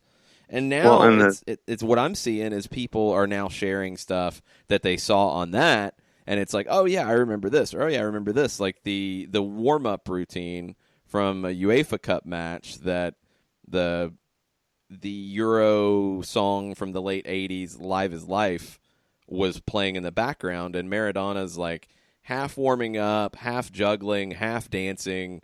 It's the greatest warm-up routine in any sport in the history of mankind, and everybody's sharing that now because it's Maradona mania right now, and there's just nothing to compare it to. It's unbelievable. Who would then be the athlete? And this is not There because isn't of one. and it wouldn't be because of an obituary situation. I mean, because normally when you have an athlete who passes, then you'll see all the games in a row and you'll see great moments and things like that. But in a living, breathing situation where they're still active in their sport, regardless if it's managing or playing or whatever, is there anyone that could be close? No. Where you could have all of these different elements pieced together, and it's basically a greatest hits show that ends up going 10 hours long in snippets, and you're not showing just games in 2-hour chunks. No, there's plenty of people that there's footage of that, but there is nobody that would get 10 hours of TV time. There's nobody. There's nothing. Like, there's nobody close. Nobody. Kobe Bryant, no. LeBron James, no. Jordan, no, it hasn't happened. No, it's not happening. Nobody. Like what Maradona is in Argentina, it's on another planet. No, there's nobody. Nobody in Brazil has gotten it or would. Rooney isn't going to get it in England. Messi Beckham didn't get it. Messi maybe, but Messi is different in Argentina because he didn't play there yet. He's never played for a club in Argentina, and there is definitely an element that affects how Messi is revered in Argentina because he didn't do what every other top player has done. Started their career in the Argentine league and then moved. He didn't do that. So people have a different feeling about him. I do think he will play in Argentina before he hangs up the boots. And I think that might change the way he is seen. And if he can somehow lead Argentina to a World Cup title in 22, then he's absolutely going to change the way he is seen. Maybe if he wins a Copa America next year, that might help change the way he is seen. But no, I honestly don't think that would happen. I don't think he'd get 10 hours because you can't do just 10 hours of game footage. No, because it's 5 games and you're done. That's nothing. No. Not 10 hours of games. I'm talking 10 hours of just highlight reel stuff. No, you can't do that. Your eyes glaze over after a few hours of that. You have to have the interviews. You have to have the outlandish things that somebody's going to say that keeps you watching for it from an interview. You have to have crazy moments where he pops onto another talk show or whatever. I mean, he popped onto a show at TV Chile, and they bring him out, and they're talking, and then he's dancing with one of the hostesses of the program. It's like, okay, all right, Diego, whatever. You have to have all of that, too. I mean, Messi, you don't have any of that. Messi, it's just great play after great play after great play. You can't do 10 hours of somebody just because they were a great player. They have to be more than that. It's personality. It's all of it. Yeah. Because if they're just a personality, you can't do it either. They've got to be all of it. And Maradona is that. And it just was mind-blowing to sit there and watch it. For me, all in Spanish, and I'm understanding, a decent chunk of it, but to just go from thing to thing to thing, it'd be, like a series of greatest assists, and you'd get 5-10 of them. Then it'd be a clip from a talk show in 1985. Then it'd be like behind-the-scenes footage of when he returned to Boca in 95. Then it'd be, his greatest match or greatest goal that he scored for Napoli when they won the league title for the first time. I mean, it's just insanity. And when you look at his career, the off-the-field stuff, I mean, the guy is just a walking calamity. You have no idea what state he's going to be in day to day at this stage. And you didn't know that for a long time either. But as a player, he was transcendent. He was unbelievable, and he didn't do the conventional things either. I mean, he started at a small club at Argentinos and broke in as a 15-year-old into the first division. Then he goes to Boca. He wins a title.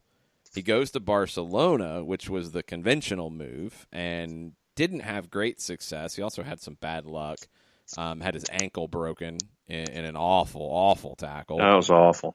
And then got into a brawl when they lost to that team after he returned, and Maradona, jumping knee attack to knock a trainer out for the opposite team. He's banned for a long time. He wants out of Barcelona because he doesn't feel like he's getting the support from the club. And he goes to Napoli, who was nothing at that point. Nothing. Napoli had never won a league title. Well, they did when Maradona was there. They won a UEFA Cup. They won Coppa Italias. They have first division titles and championships, including the cups, including European titles. Half of the titles that they have won, half of the accomplishments that they have made were with Maradona, and the other half have been since he left the club. Napoli was a nothing club. He goes there, and it's dropping a soccer god into Naples. Well, and then it all falls apart after he gets busted for coke, and after, maybe the blind eye that had been turned away from him for so long in Italy, well, that went away after he knocked Italy out of the World Cup in 1990 with Argentina. So he gets busted and all the craziness with comeback attempts, and he goes to Sevilla for a year, and then he gets into a fist fight with the manager, and then he goes to Newell's for a few games. Then he's brought back into the national team because they're struggling to qualify for 94.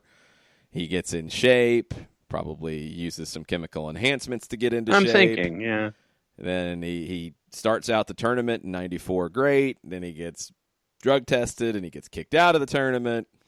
And then he goes back and he plays for a couple more seasons for Boca Juniors and sees his career out. And then it's just all kinds of craziness since. I mean, he tried to manage a little bit. Okay. Then he pulls all the political moves. He takes Argentina to a World Cup when they were struggling to qualify again. Somehow they get in. He has lots of different things to say to the media who doubted him. Then, they lost in a quarterfinal in the World Cup in 2010. On paper, it's not a horrible result. I mean, they didn't stink. He was very naive tactically, and it showed when Germany just trounced him to knock him out. But, he could have stayed on and maybe done more, but he didn't. Then another descent into madness with drugs. I think at this point I can't keep up with how many drug descents there's been. Another descent. There's just all kinds of them. And then he goes to manage in the Middle East, and he goes to Mexico and nearly gets Dorados into the first division. I mean, he gets into the playoff a couple of times. He was really close. And then now he's back at Gimnasia after flicking off the world at the World Cup last summer and acting like a maniac in the stands because that's what he does sometimes. It's just like that's why you can have 10 hours of footage on somebody because there's that much to talk about. Eichmann is saying that maybe it's O.J. Simpson, but for the wrong reasons. And yeah, that would be the one. And it wasn't about the football career because you did have that ESPN documentary, but that was mostly the trial and everything around it. I think there was a little bit of football stuff there too, but it was maybe an hour or two of it. So yeah, that's actually a good point. Definitely for the wrong reasons. Although, I mean, and he didn't have those wrong reasons, but there's wrong reasons why Maradona gets that coverage too. It factors into it because I don't know if you get it if you don't have that side of it. But yeah, that's a good point. I'd forgotten about that long documentary that they did. That was really well done, by the way. If you haven't seen that, it is worth the time to watch. Yeah, and it's crazy to look back at it 25 years ago. Yeah, and when you have something like that, it was, I think, 9.5 hours worth of content that they pieced together. I think it was 10. I think they did a 10-hour series on it. It's like 5 different parts. It's right on the ESPN Plus platform because it's under the 30 for 30 series. But no, it was a tremendously put together long-form documentary and well-deserving of the Oscar. And, you get to see those kinds of things. But, yeah, the absolute craziness that was attached to Teisei and Maradona the other day. Just seeing your timeline and seeing our DMs, it was an absolute hoot to see it. Yeah, luckily there was far more to talk about on the field in that 10-hour one. So, yeah, I don't know. I don't think we'll have an American soccer player in our lifetime who would get that kind of treatment. It's craziness, and it's going to be even more crazy now that he gets on the touchline. We're starting to get a few things as we wrap up out of Marietta. Felipe Cardenas just tweeted, Frank de Boer said Tito Villalba, quote, looks very good, unquote, post-injury. FDB added that the system change will force Tito to compete with Pity Martinez and Joseph for playing time, and that he has spoken to Villalba about it. So that was a question that we had in the 3-5-2. There's really not room for Tito Villalba. Not with Joseph and Pity, because Tito can't play wing back. I see Tafka's tweet, and I've heard this before many, many times. I do not see Tito as a wing back. I didn't see Justin Merrim as a wing back. He's done a really good job at it. I think Tito is even more of a risk to play a wingback, and I don't think he's displacing Julian Gressel from that spot either. So I think Tito becomes your super sub with speed late and replaces Pitti, and I think that gives Frank DeBoer the opportunity to look at it and to talk to both of those guys, and basically Pitti can run himself into the ground knowing that he's got a high-quality backup behind him. And also, in this stretch of games where you're going to play 5 in a couple weeks, okay, against Cincinnati, Tito starts. Pitti comes off the bench. Yep. I think it's a good spot to be in, but there's not a spot in the starting lineup with Tito Villalba's name on it in the 3-5-2. There just isn't. But knowing, once again, schedule compression and how vital it is to have the depth that's there, you'll have a game where Tito starts and PT comes off the bench. To have that, I think, is vital. You might. And I'm not going to say you definitely will, but you might. Yeah, the option is there. Yes. Doug Robertson tweeted out that Barco is out versus Columbus. Not a massive shock. We were waiting on confirmation there and what that could look like since he has not been spotted training. Pulling up the article right now over at HAC.com. Make sure you're checking Doug's stuff out, and we'll have him on the show tomorrow. Frank DeBoer said Barco is recovering from a small muscle injury on the outside of his knee. Status is week to week. Quote, "It's not that bad, but it's still a long season, and we want to get him fit for the playoffs. It's the most important thing. If we take the risk, then he's really out. We don't want that."